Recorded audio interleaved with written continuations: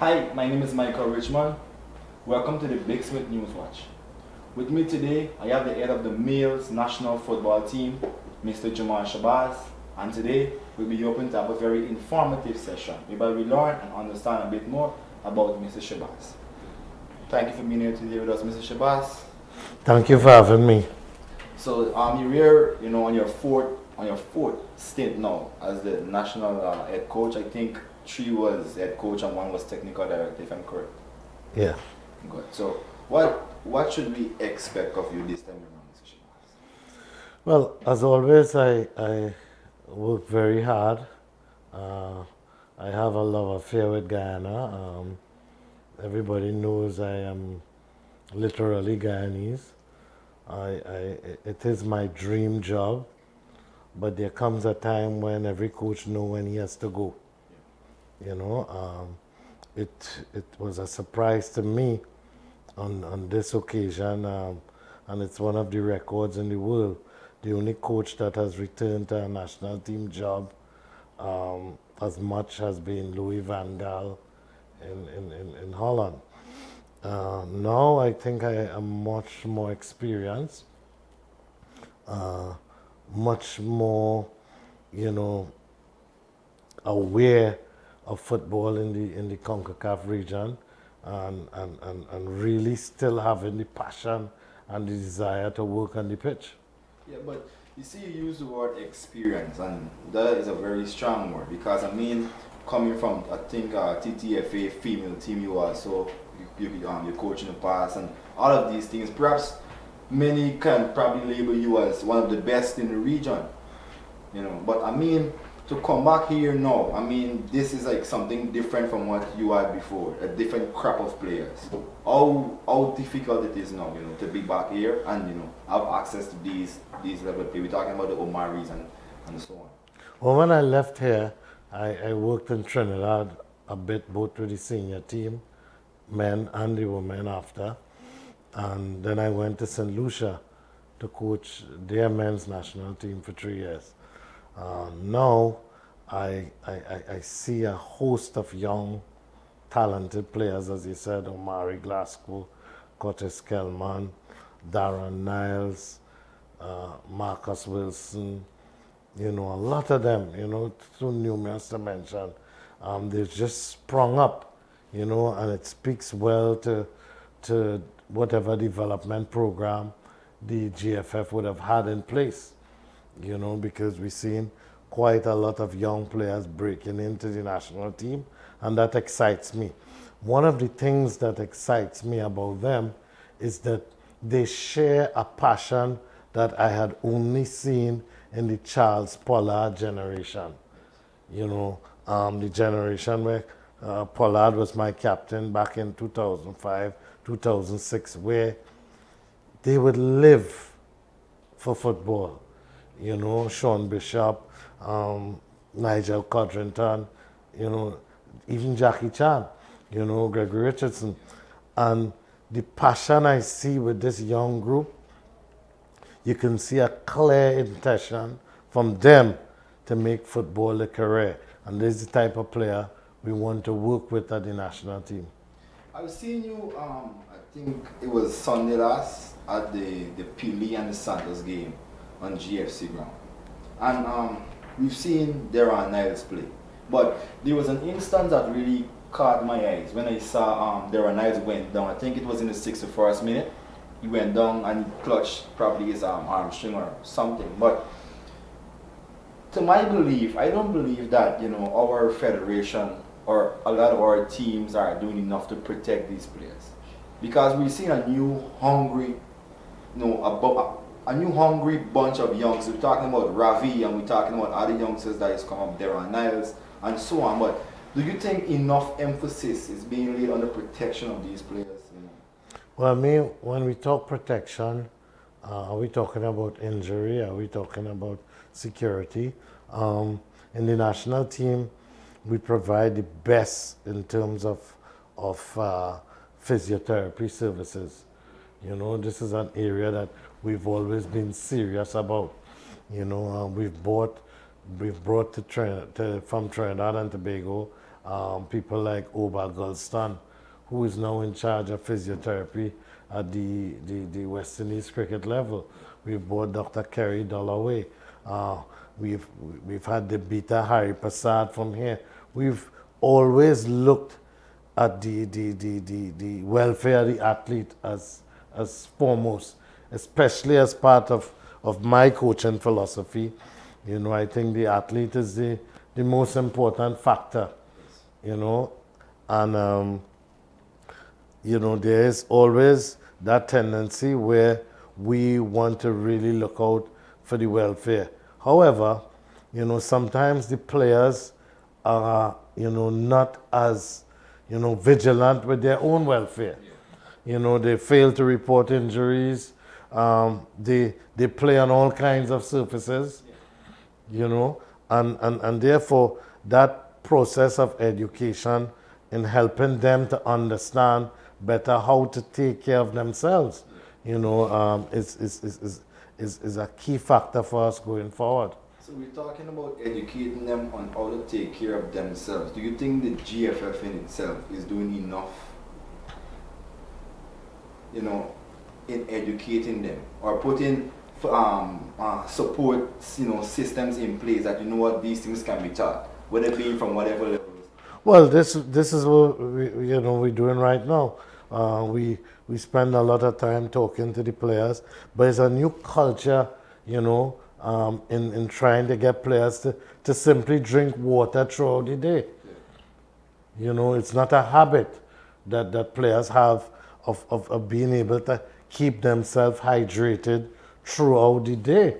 You know, so it's a new culture, and it's the onus is not on the GFF. The onus is on the player, on the parents of the player if it's a young player, on the spouses of the players, if they older and married and living with people. It's a collective effort. Culture is about a people, you know, and a habit, you know, so it will take time. Even thing like icing, you know, when a player gets a knock, some auntie want to carry him to get his foot rubbed. When, you know, we try to show them ice 10 minutes every hour for the entire day that you're home, and it's difficult for them just to do that. How can the GFF be blamed for that? Yeah. You know, I see a lean and a tendency in your question to choke the GFF, but there's something called personal responsibility. Yeah. You know, and as I said, the education process is underway, yeah. But, you know, information is one thing. You know, if the player does not take it on board and use it, he will come like a donkey carrying books. What is the use of a donkey having an entire encyclopedia or 100 flash drives on his back? It makes no sense.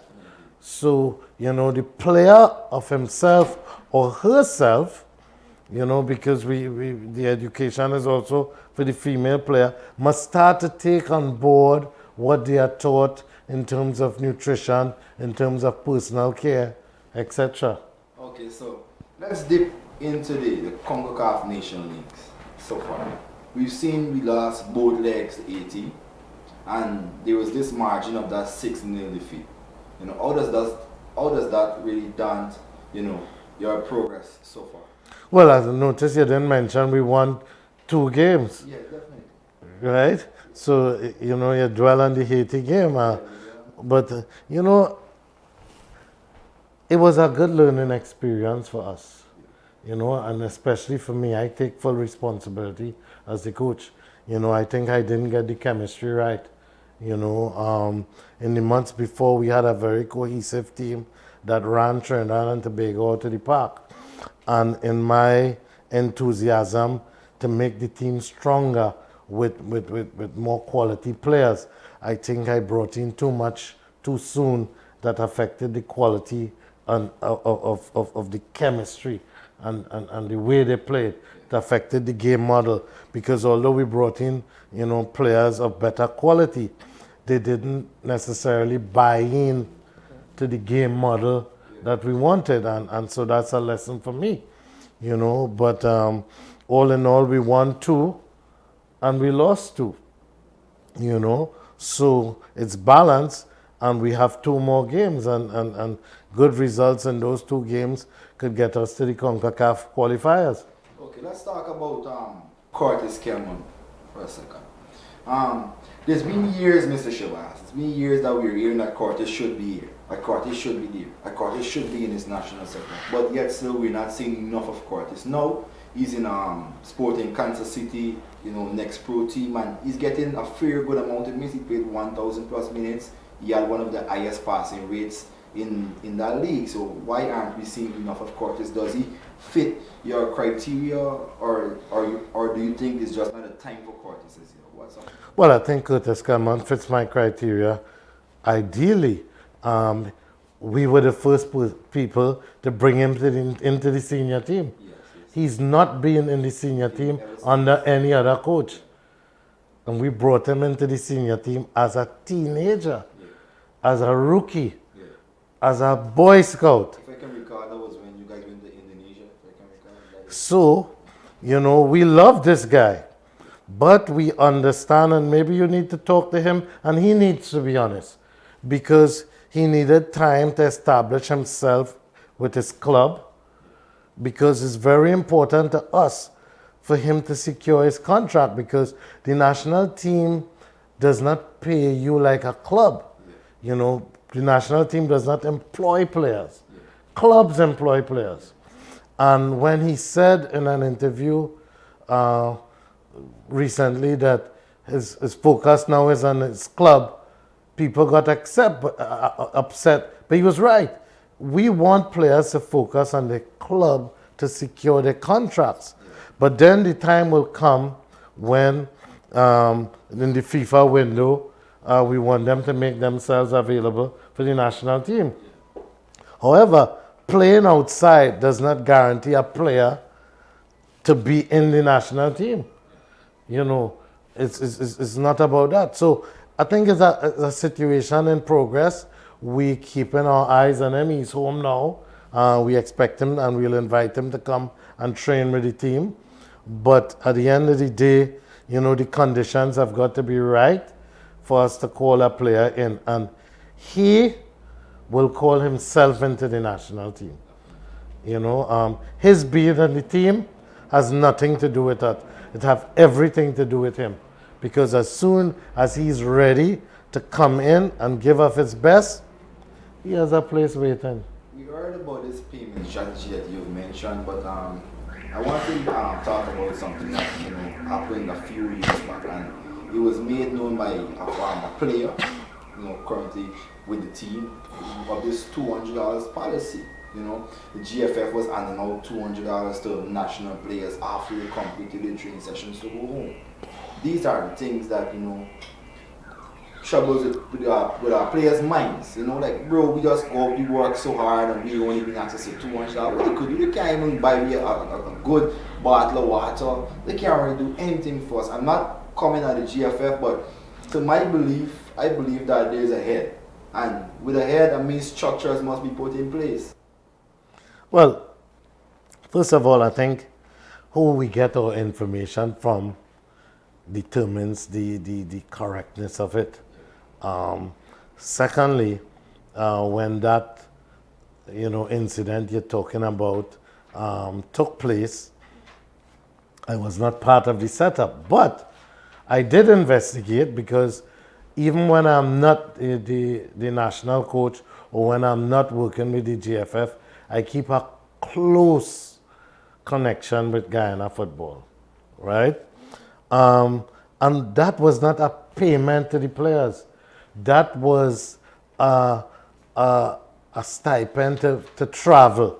So, and it was given to players based on where they were coming from and how much money they spent to come to training. As I said, the national setup nowhere in the world employs the players, right?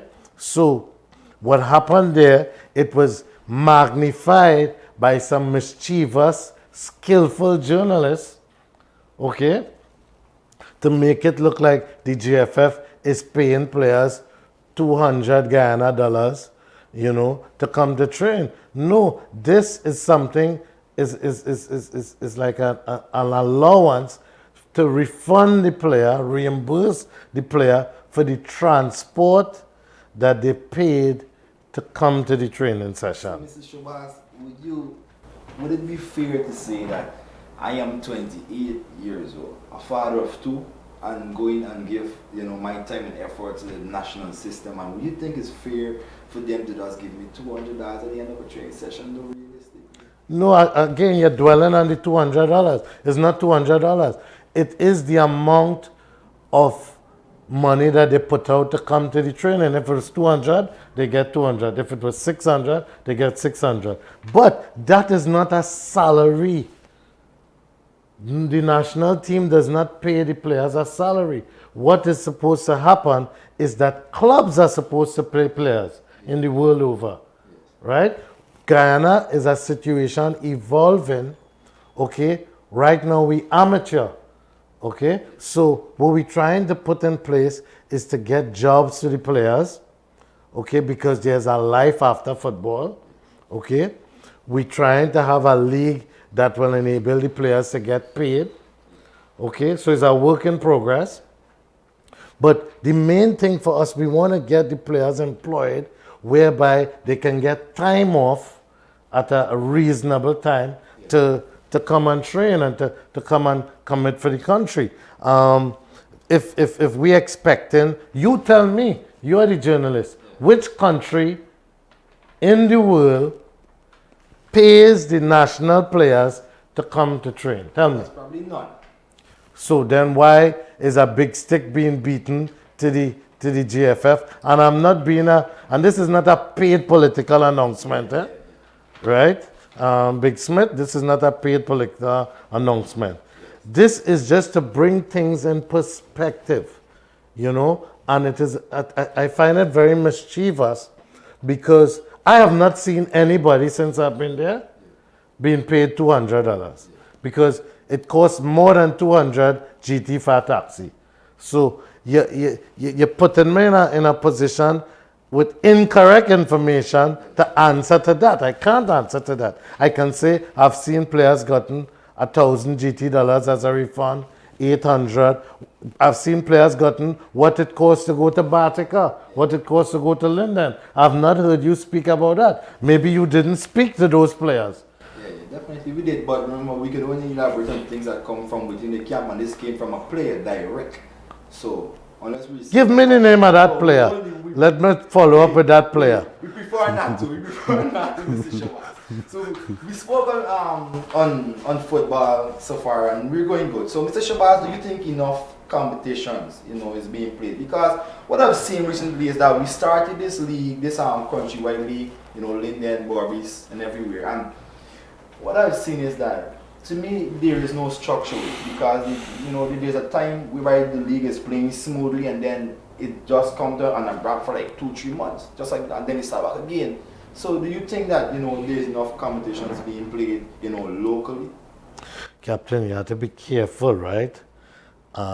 In dealing with me on these matters, if we don't have the right information, it could get very scary. No other time in the history of Guyana, and I know the history of Guyana, okay, politically and otherwise, Mr. Smith, right? I know the history of Guyana, has so much football being played. We've had a competition after COVID has slowed down in every sub-association in the country. Whenever has that happened? Not in the 15, 16 years I've been around Guyana football, right? It has been a huge burden on the referees, on the grounds, which, by the way, are the worst since cable breaks, right? Guyana, let me just digress. With all this land, the man called football have no grounds. The worst surfaces I've seen, but we will come back to that, right? So there is competition. right? There's a lot of competition, more than existed before. In fact, I find it's too much competition. You know, girls under 17, girls under 15, boys under 14, boys under 17. You know, there's a lot of competition, right? So, again, because, you know, people, it's a cliche to take pot shots at administrations. And, you know, I am not saying that the administration is in a perfect scenario, but where competitions are concerned, my concern more is international competitions. Us finding the funding to expose players, you know, on a regional and an international level. But I'm very comfortable with the fact that competitions are played. What we need to focus on is the clubs. A lot of the clubs are not structured to suit the athlete. You know, a lot of the clubs are based on one man and his dog and his donkey going down the road, you know, and the GFF is working towards, you know, helping clubs to develop a structure, you know, because a club is about a group, you know, not one person, but we see the burden of responsibility in the Caribbean, not just in Guyana, fall on one man. So for the competitions to increase, a club, GT Panthers, reached the quarterfinal against GDF, and they didn't show up. Whose fault is that? Is that the GFA's fault? So there's competition. So clubs have got now to rise to the occasion and structure themselves in a way that they could suit the needs of the players and the situation in terms of being able to compete.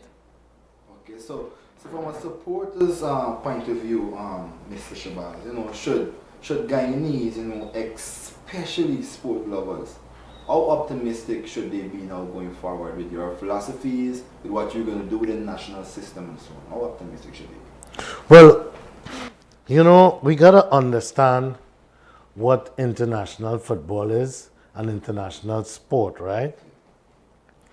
I saw when the CPL was playing at Border, a guy said, because we lost, and when I say we, I meant the Amazon Warriors, we lost the first couple games. And I go to the Border market a lot. And the guy said, I know this team can't do nothing. The Amazon Warrior this and that and the other. And then the Amazon Warriors came home and picked up a form. And I saw that same guy say, oh man, he's the greatest thing. And right? And then we lost again. This is international sport. It is a journey. It is not just the result, right?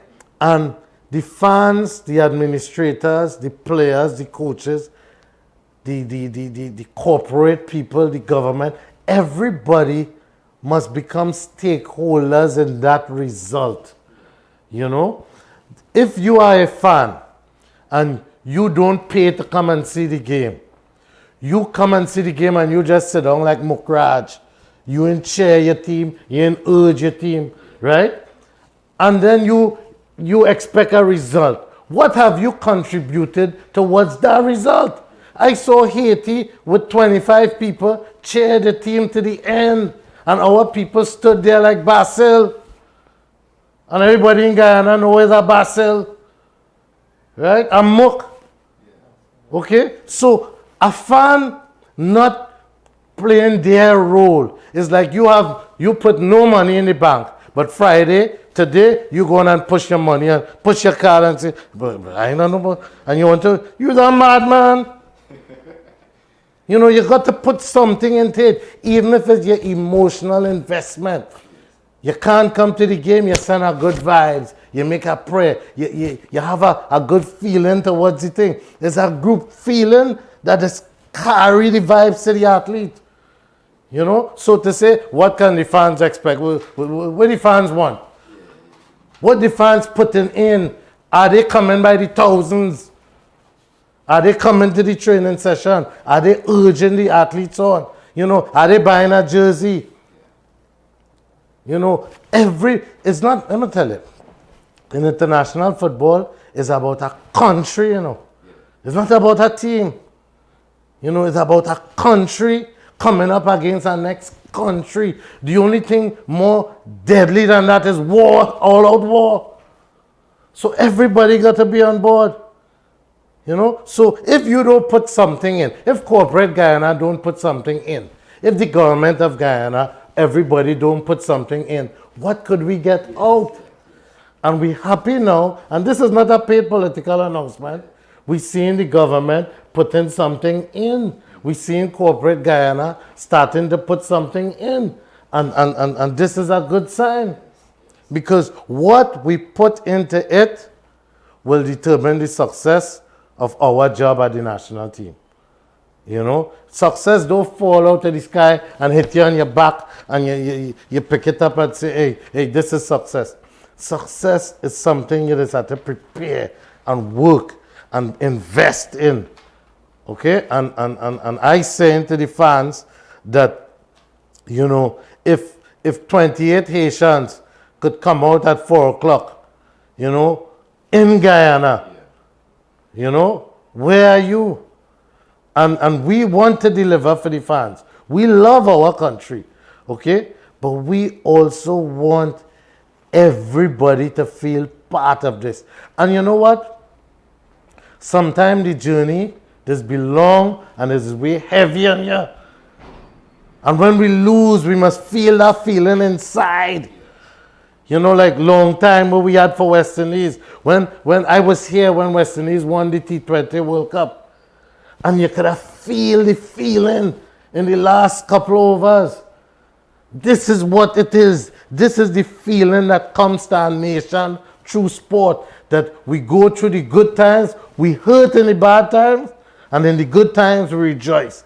That is what you call a one Guyana. I hear a lot of talk about one Guyana. This is what brings one Guyana. When the people are there looking for this result and we pushing towards it and everybody working towards it. And it didn't happen. And we feel the pain. But we feel the pain together and we get up and we go again. And this is what is built a nation. At that time Guyana had no oil. And when I bring players to Trinidad, they used to put them on a bench and say, sit down there in Barbados, sit down there. I could say that I experienced that. I know all kind of businessmen from Barbados, Trinidad, America. At that time, we used to have to run away to go to America when we get a visa. Now we getting a visa easy.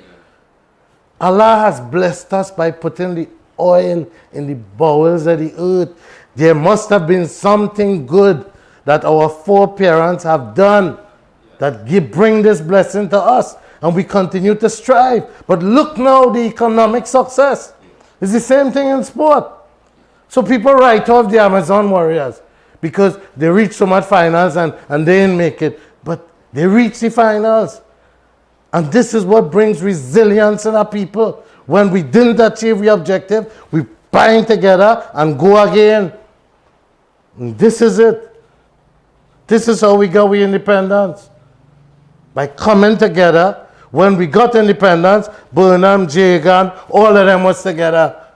This is how we get the independence. So how we would get result if we don't come together? So no, so since we're talking about, you know, the supporters, let's just go back into your field, back to the players. A lot of things that I've been exposed to as a young journalist is players coming against players. You know, there are a lot of instances where I've been right on the pitch and a guy would come to me and say, "Bye, the other one that you gonna start, and I think I deserve a start today."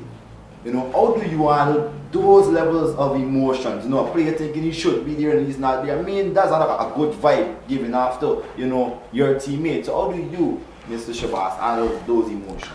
Well, if I have a player and he didn't make the team, and he's all smiley and happy, I don't want this player. I want the player to feel pain if he don't make the team, because I want that passion. But I don't want the player to do what Ronaldo did. You know, I don't want him to do that. But I want the player to respect that where FIFA is concerned, only 11 players can take the field at one time. Right? If players want all to be on the field at one time, they can filibuster FIFA to change the rules. But I want them to want it bad, to compete, because in the training we have a competitive environment. You know, I want them to compete for a spot because the spots are limited. And this intensity, this competition is what's going to increase the quality. I see everybody selling egg ball in Guyana, everywhere I turn, and I love egg ball. But there's a place that everybody just go. I can't say it here because it's not a paid political announcement. Because that person was able to rise above the competition. So when you tell somebody, don't go by here, or the other people now who see a drop in their thing, they have to see, what a man doing? Malcolm X said, if you and a man in the same business and he succeeding and you not, something he doing that you not doing. And this is how I want my athletes to think. I want them to select themselves, because a coach will be foolish not to select a player who can bring immense value at any given day and time. I understand. Okay, so before we wrap up this program, That is it? Yeah, no, we got one more question. No, I want difficult questions, Captain. Come now, man. Bring Mr. Smith, because I feel Mr. Smith more ready for this thing. Bring Mr. Smith. All right, so another thing I want to dip into, Mr. Shabazz, and I want to talk about this concern. I want to touch on Omari Glasgow, Mr. Shabazz. Tell me about, from your aspects, tell me about Omari Glasgow. Well, I think he's a young player who has a deep passion for the game. Yeah. He respects the game. He respects, the officials, and he always gives 100%. I was asking Lyndon France recently from Buxton, who Omari came under at a very young age, what it is that they did with this kid that makes his attitude so different. It's the same with Darren Niles and Marcus Wilson and these guys. They have something. They have something about them that is really remarkable. St. Curtis Kelman as well. They have a commitment that I find for football. Omari Glasgow and Darren Niles returned to the country 2 o'clock Saturday morning from an under-20 CONCACAF tournament. And they called me at 7 o'clock and asked me if they could come and train with the senior team that Saturday morning. I said, but you're not on the senior team? Why would make all you feel? They said, Coach, we don't want to stop. I said, no, still man, rest all. They had a long flight. They said, no, Coach, please. And I allowed them to come. And I had to take them out of the session, to save them. That kind of passion, the country could work with, and this is what we need in our athletes. When we get that, then it puts corporate Guyana, the administrators, everybody in a spot to rise to that, what those guys, bring to the table. And, to me, once he keeps his foot on the ground, God willing, I see a bright future for him and a lot of the others. Good player. Again, could do with a lot more passion. It's not for me now to come and talk about the individual strengths and weaknesses, but I feel that he needs to handle adversity better. You know, there will be times in the national team, there will be times you'll be in, and there will be times you'll be out. Because the national team is not just based in Georgetown, it's the entire country, plus those who were born to Guyanese parentage outside of the country. And you know, that is a big sore point. You know, playing players who parents were Guyanese and they were born in England or Canada or the US. It's all well and good for people, Guyanese, to send money for Guyanese from the US, UK, and Canada, or send a barrel with stuff, but it's not good, people saying, for their children to be able to represent Guyana. Something wrong with that equation. You see, over the past few months, Mr. Shabazz, I've been having these programs whereby I've been going into schools. You know, I've had these mentorship sessions with young men, you know, that, you know, young sportsmen, you know, that guys that, you know, a few years from now they want to pursue the business. And a major thing that, you know, they've said, man, we from the ghetto, and a lot of emphasis are being laid there. So a lot of times we see players go out and play a match, but it, you know, as you alluded to, there are Niles and so on. You know, there's this level of commitment, and this is from what I've seen coming from the ghetto. There's like, we have to fight against every adversity out there. I mean, bro, me gonna play football unless I make the national team. You know what I mean? Without that, it's like, bro, you playing football and like you're wasting your time. So I spoke to a GFF official a few months back, and I told him, man, I believe that what the president and so on should do is that we should at times move away from our offices, and we should go to those kids that we see playing football on those turfs in our Baistown. You know, we go and we lend our support to them. We let them know that, you know, we are with them even though they're playing futsal. I think that these are strategies that, you know, the GFF should imply. You know, you as a head coach should imply. Go out and reach out to these players, you know, that aren't being exposed to, you know, the club system. A lot of good players we see playing futsal, football, that we know if, you know, they grace a football field, how special they could be. So I mean, these are things that I've seen with my own two specs, and I think that, you know, you guys in power, you know, could do that, could, you know, create a new wave for football, you know, within Guyana. Okay, and I think there's something that we do. There's a player, they nickname him Gyadi. Right? Yeah. I saw him playing in the sand behind Marriott.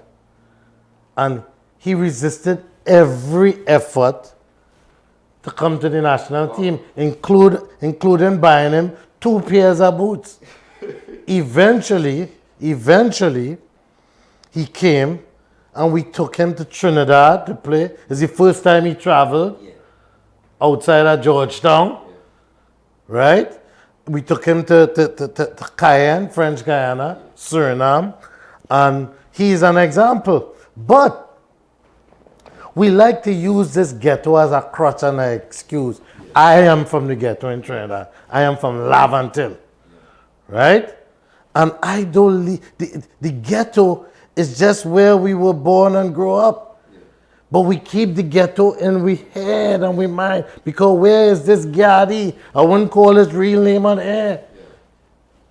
After seeing what football has done for him, getting nice match fees, traveling, getting a passport, where he is, he back on the block. How could the GFF be responsible for that? Where are his peers? Where are the others in the ghetto to say, hey, look, me and make it, Gary go and train, Gary go and do this? No. So the ghetto of themselves, we've got to take responsibility to elevate, because if Gary is elevated, then it's an inspiration for others. But if we choose to invite him to stay there, and then, so don't blame other, the ghetto, or to blame the ghetto.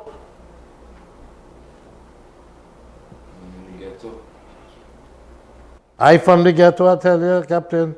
And I know the ghettos, I know all the ghettos in Guyana. I just be there. Ask anybody. Go after the show, go Leopold Street, go Tiger Bay. Hey, you ever see Coach Shabazz? Or you ever see this one? Yeah, Coach Dover. With the people, the coaches in the football fraternity, just go all over. So, men have got to take responsibility. And I want to say this. The mothers in Guyana are the best mothers, especially the football mothers. But they've got to take the nipple out of the athlete's mouth. Because, listen, these boys are children, eh? They go in and make children and bring them, and mommy go in and mind the children. And no responsibility. That's why I say they got to take the nipple out of the youth man mouth and help him to be a man. But they're so protective because the fathers have abandoned their responsibility. So I understand them. But I'm saying that at some point you got to take Gary and say, hey, go and make yourself a man. Yeah. You know, and this is the sociological factor that we face in Caribbean sport, you know. It's not an easy thing. People think the national team, it's just football. And it's so much factors, as you point out there.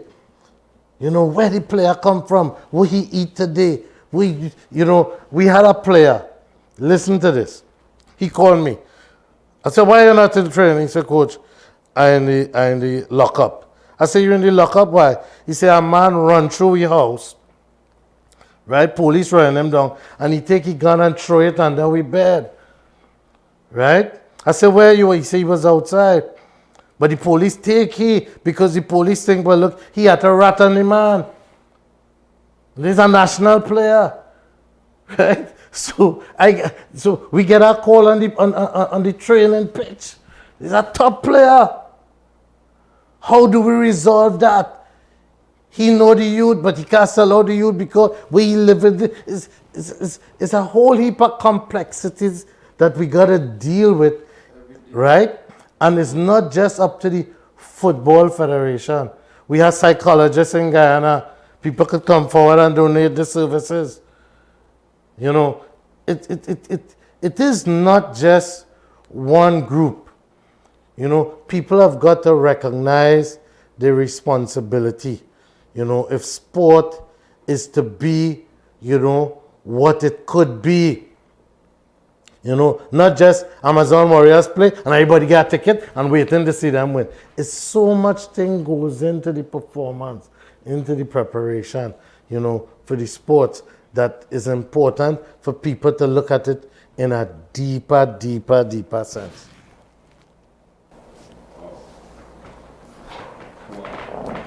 Inside the mind of Mr. Jamaal Shabazz, can you just take me through, you know, Philbert and Bartels and how important they were to you? Philbert Prince, wow, that was a long time ago, was my coach at the national youth team in Trinidad and Tobago.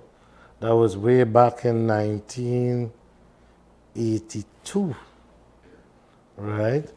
Bertel Sinclair also was one of my coaches at the youth level, and they've played important roles, as did Alvin Cornell, Mervyn Joseph, Kenny Thomas, Jimmy Blah. You know, a lot of coaches played a role in my life, helped to shape my thinking, and even helped develop in me a desire to want to coach because of how they operated and the way they went beyond the boundary. I like to tell people that the Caribbean coach have one of the most difficult jobs in world football. You know, because when you ask a young player, and you could allow me the time to expand on this? Yes, go ahead. Don't feel like trying to talk. Right. When you ask a youth man, when he come to train, where's your father in the Caribbean? His father either in New York, Toronto, London, Miami, in jail or dead. Yeah. In the most part, right? So the coach becomes the father. Yeah. in some cases, the father figure for that youth. It happened with me as a youth, right? When you look at the question of teams get together and pray before and after training, right? In some cases, that is the only connection a youth have with who God is, you know. Because he ain't going to church, he don't pray, he do this, he do that, you know what I mean? So now the coach becomes a religious leader, right? So he's a father, he had to play the role of a religious leader. We ain't started to talk the football yet, eh? A man lost his cell phone in the training. Or he go into the game and he lost his cell phone. Now the coach had to play detective, right? Yeah. And figure out who take the cell phone and try to convince him. So now the coaches are police. You see? Yeah. So all these are major, major responsibilities that the Caribbean coach have. That is why we have to be paid properly. You understand? Because it's a full-time job dealing with this Caribbean youth who is facing so much. But a lot of these coaches aren't even qualified though. Probably there's just an point among that is qualified in Guyana. We're talking about the Gordon Braffets, we're talking about the Wayne Doval, we're talking about the Jamaal Shabazz, we're talking about the Charles Pollard.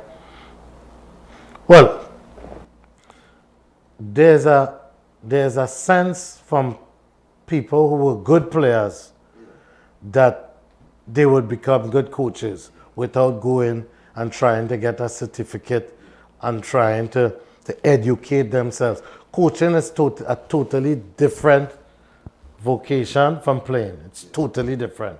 It helps that you are a player and understands the game and understands what a player going through. But you do not have had to be a top player.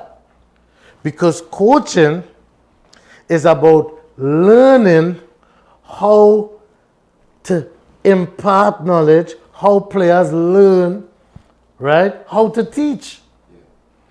That has nothing to do with you being an ex-player. You know, because now we have a generation of players, we call them Generation Z. Their life is on the phone. They watch movies, TV, everything is on the phone. When this player does not have his phone, he is dysfunctional, he or she. They're very online savvy. They can do stuff. Yeah. Right? Their attention span is limited. Right? You've got to learn how to deal with this player called Generation Z. Okay? So that my advice to coaches or people who want to become coaches, the Guyana Football Federation has a program of certification that is licensed by CONCACAF that teaches, you know, that enables you to become qualified, because it's important that you understand the methodology of coaching. What do you coach? When do you coach it? And really, do you have to coach? Or do you have to create an environment? What is the situation? What is more important? The knowledge I have, or understanding how young people learn? You tell me. It's not about the knowledge you have, it's about the impact yeah. how people learn. You know, Leo Benaka said that the coach with this amount of knowledge and this ability to reach the athlete will not be as successful as the coach with this amount of knowledge, but this ability to motivate and impart, you know, and get into the minds of the players. So that is a study in itself. What motivates him? You know, and then how do we set standards for him? How do we force him to improve his attitude, develop good habits? You know, these are things we learn when we attend the courses. You know, when we instructing players, the sun is there. We do not let the players look into the sun. We put them with their back to the sun because that is a distraction. You don't learn that as a player and being a top player. So a lot of people, they look at the instructors that the GFF have and think, he was no good player. Oh, he's an instructor. What he teaching me about football? He teaching you logical sequence, coaching methods, methods of instruction. So, our former footballers have got to humble themselves. Okay? And become part of the industry, because nothing is worse than you have a player like Jackie Chan who gave his life but refuses to come to a coaching course to now learn to coach, and he has all this football in his head. This is one that make men go mad. There are too much thing in the head. Okay, so we want that transformation. Former player, top player, or ordinary player, no matter, come and become a student of the game, right? So you're better able to get over to the athletes. Since we're looking at this aspect of it, there's a name that a lot of people talk about. That's Vernon Mills, and the amount of work that he's doing with the under 17 team, with the Slingers football team, and also with the Guyana Police Force female senior team. What do you think of Mr. Vernon? I think he's one of the brightest young prospects. Mills is definitely, one of the coaches that, I feel is going to carry Guyana football, now and in the time to come. And like Pollard, and we see a couple of them springing up, and I want to encourage them to continue to work. Work. Find yourself on the pitch, continue to educate yourself. He's had a decent career as a player. He played under me in the national team. He played under me at club level in Trinidad and Tobago. And, I think he's one of the up-and-coming stars in coaching. There are some others like Dwayne Jacobs, a lot of young coaches I see coming up that is very, very encouraging. There's one from over the river they call Zoti. I see the promise. And for me, the important thing for them is to keep educating themselves and start doing things outside of the football education, like management. A lot of my training had to do with going management development courses that had nothing to do with football. Drama. I went and do a drama class because you have to hold the attention of the athlete. There's so much things, we can do to enhance our career in football that is outside of the realm that is really, taking it to heart. So what's your involvement, Mr. Shabazz, with this Morven Caledonia trials or route that a lot of our younger players, are taking on? Ravi, we see Deron was there also, Ronaldo Blair.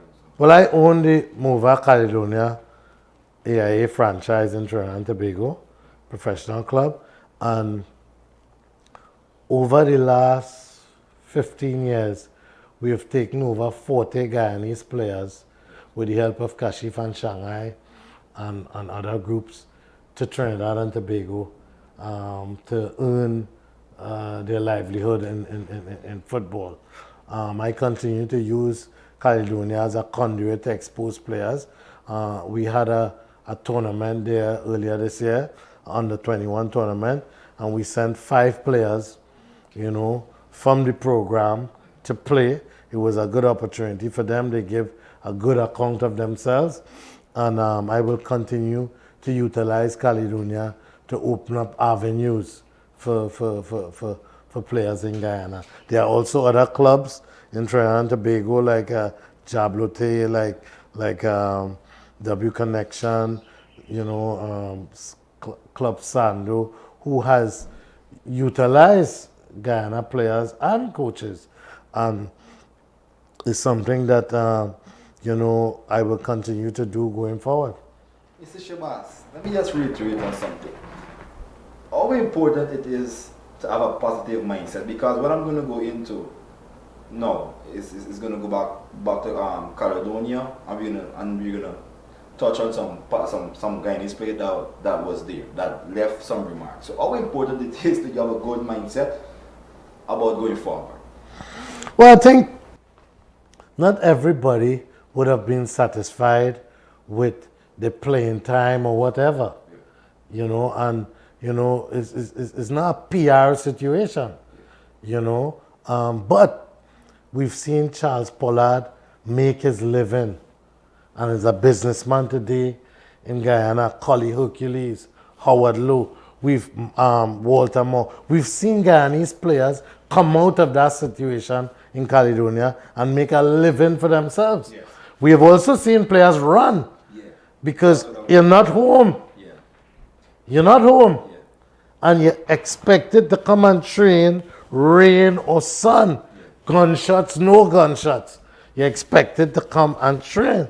And that commitment, not everybody has been able to deal with it. But what we've heard here is that it's not that it's a difficulty in the training and gunshot or not gunshot, but a lot of the talking and the rumbles have been that, but now we don't even get paid good, we don't get paid up to time, and these are things. Explain that. Well, there are times where, like every other business, because the football is a business in Trinidad and Tobago, players go get paid late. Yeah. But if you ask any player if they are owed anything, they've been paid. Yeah. But there are times, a month, 2 months, that they were paid late. Because sometimes the funding takes time to come in. And that is a reality in world football. Yes. But they have not suffered. If any player comes to you and say they play in a pro league club in Trinidad and Tobago and they didn't have food and they didn't... We see Robbie Coates is eager to go back to Trinidad. So it left me to wonder, like, why, these other two, that probably spoke out about it. Like, why did, because they get paid late, or because it's, what is it? Well, again, you can't please everybody. And maybe they were accustomed getting paid on time in Guyana, and they were accustomed to making big money. So then, They pay anything if we to be realistic playing for their club. So I really don't understand.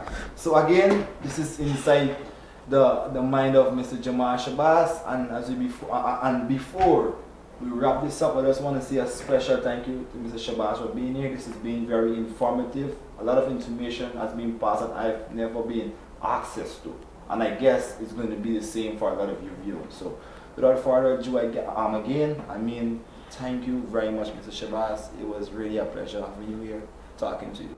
Thank you for having me, and sometimes I get very emotional, Yeah, so please forgive me.